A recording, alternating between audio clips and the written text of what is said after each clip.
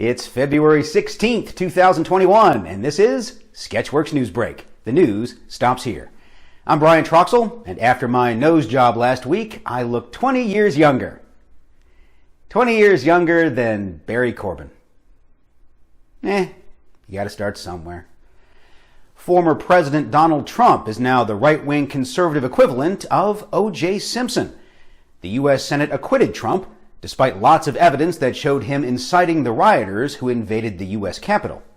However, the former president is being punished by having to call Florida his home. One of former President Trump's defense attorneys claims he's received around 100 death threats. Michael Van Der Veen also claims vandals broke windows on his home and sprayed graffiti on it. Gee, if only someone could be held responsible for breaking the law. Senator Mitch McConnell even blamed former President Trump for the U.S. Capitol invasion and violence after he voted to acquit Trump. In other news, attorneys for Casey Anthony plan to have McConnell be an on-call juror in case Anthony has another child who mysteriously ends up dead. It was revealed this week that America's worst governor, New York's Andrew Cuomo, has been covering up thousands of nursing home deaths caused by his terrible COVID policies. At first, even Democrats were furious, but later forgave him when he explained that they were just performing extremely late-term abortions. Speaking of murderer Cuomo, this past weekend he opened up indoor dining just in time for Valentine's Day. This proves that Cuomo doesn't let the polls affect his policy, because afterward, his support among men dropped to below 0%. Oh, hey, I almost forgot. This is our 1-year anniversary episode. I honestly can't believe any of us have kept up with anything for this long. We've grown a lot in the last year. Here with a look back at how far we've come is Sketchworks NewsBrake correspondent and failed YouTuber Allie O'Neill. Hey, what's up you guys? It's your girl Princess Allie back at it with a brand new reaction video. Make sure you tap that like button, smash that subscribe button, and gently caress that notification bell so you don't miss out on a single piece of quality content from this channel. It's been a whole year since Sketchworks NewsBrake started doing their thing, and today I'm taking a look back at that very first episode, so let's get into it! It's February 18th, 2020, and this is Sketchworks NewsBrake, the news. Oh my gosh, this is so boring. Valentine's Day was last Friday, which was extra special for not even New York in City this couple episode. Macy and Spencer Wise. The pair won a contest to dine all alone. That's it, I'm going to the beach. Thank you, Princess Allie. I should have had a teleprompter back then. A cold front is bringing bone-chilling temperatures and dangerous ice and snow to Texas and parts of the Gulf Coast. Some communities have issued stay-at-home orders because it's too dangerous to drive. But who are they to tell me when I should stay at home? This is my personal freedom we're talking about here. Besides, everyone knows black ice is just a hoax invented by the White House, the liberal mainstream media, and George Soros. Framing Britney Spears is a new documentary on streaming service Hulu, which examines the details of the conservatorship, controlled by the pop singer's father, which manages her wealth. Questions have been raised as to why Britney's net worth, after 20 years of international superstardom, is only $59 million. Experts agree if Spears were in charge of her own finances, her net worth would be closer to $150,000. This dovetails nicely into the story of Justin Timberlake taking to Instagram last Friday to publicly apologize to Janet Jackson and Britney Spears. Timberlake apologized to Ms. Jackson for the wardrobe malfunction of the 2004 Super Bowl halftime show, and to Ms. Spears for the ill-advised matching denim outfits of 2001. Wow. News about Britney Spears, Justin Timberlake, Janet Jackson? It's like this is Sketchworks NewsBrake from the year 2000. I look 20 years younger then. 20 years younger than Barry Corbin. It took nearly 2.5 years, but Burt Reynolds has reached his final resting place. His family buried his ashes at the well-known Hollywood Forever Cemetery.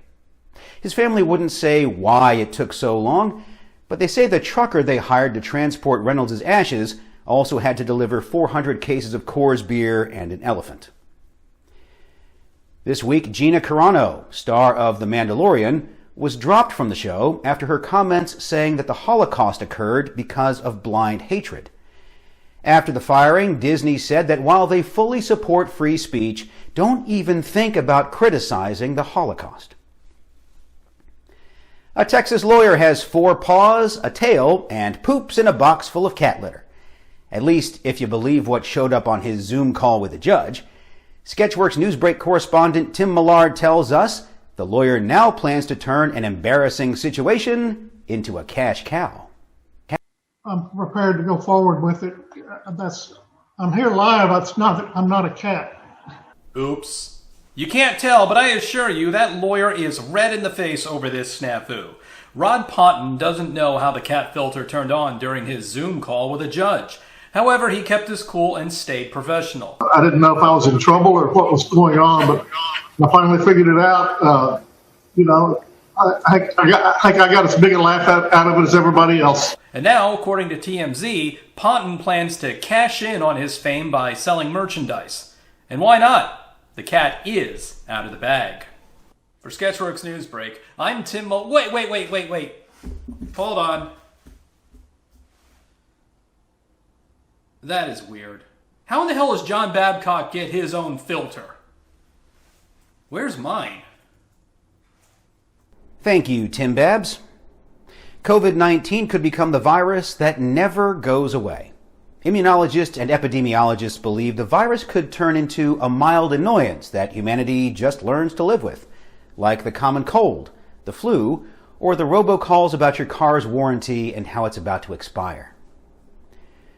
The state of Oregon is supporting a program to remove systemic racism in math taught in school.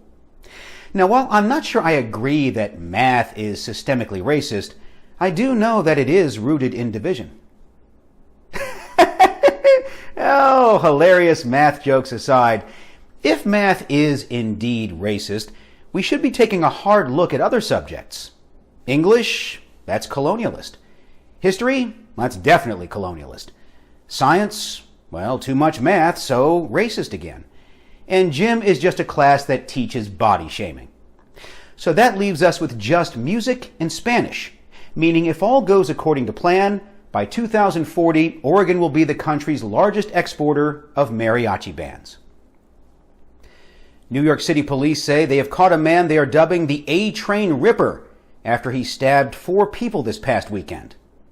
Although I know that the real A-Train Ripper is still at large, because it's me taking the subway home from Chipotle. A rooster in Alabama, which participates in Civil War reenactments, was lost and later found in a Cracker Barrel parking lot. Exactly what role did roosters play in the Civil War? I must have skipped that day because I don't remember being taught about roosters leading the charge at the Battle of Gettysburg. I skipped a lot of school, though, which is why I'm now anchoring Sketchworks NewsBrake. Stay in school, kids. A story you may remember from September of 2019 is the capsizing of the Golden Ray cargo ship in the St. Simons Island Sound. Deconstruction of the cargo ship was scheduled to begin about a year ago at the beginning of 2020, but the efforts were halted due to something. I have no idea. For an in-depth look at the development of the deconstruction efforts, which finally did begin a few months ago, we go once again to Sketchworks NewsBrake correspondent and seeker of serotonin, Allie O'Neill. Apparently, sometime in 2019, a barge ran aground here on St. Simons Island. This might be it, or it might not be. I have no idea. I haven't done any research into the story. I just wanted an excuse to show that I'm at the beach. For Sketchworks NewsBrake, I'm Allie O'Neill. Thank you, Allie. And from what I hear, it really was a cargo ship, because it was transporting cars. Ugh. All of which are now free for the taking, right there on St. Simons Island. What are you sitting around for? Go get a car. A historic Krispy Kreme store in Atlanta went up in flames this past week. No one was injured in the fire since people got out of there as quickly as they could, with some saying it's the fastest they've ever waddled.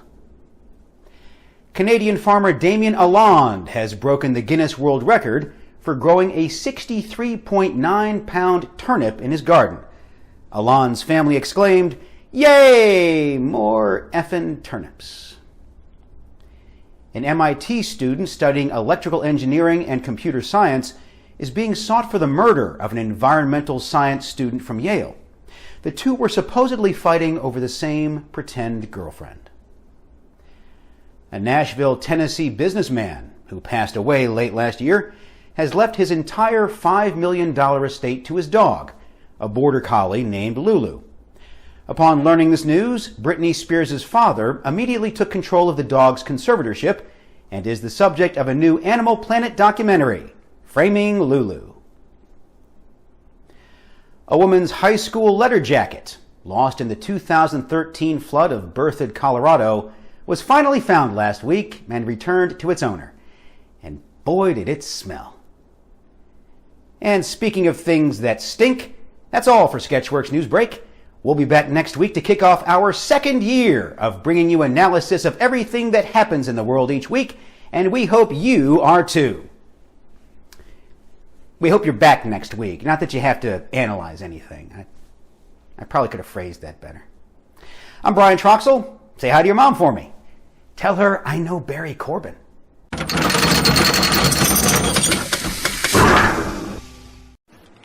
No rest for the wicked, Commander. We're both being shipped to Germany.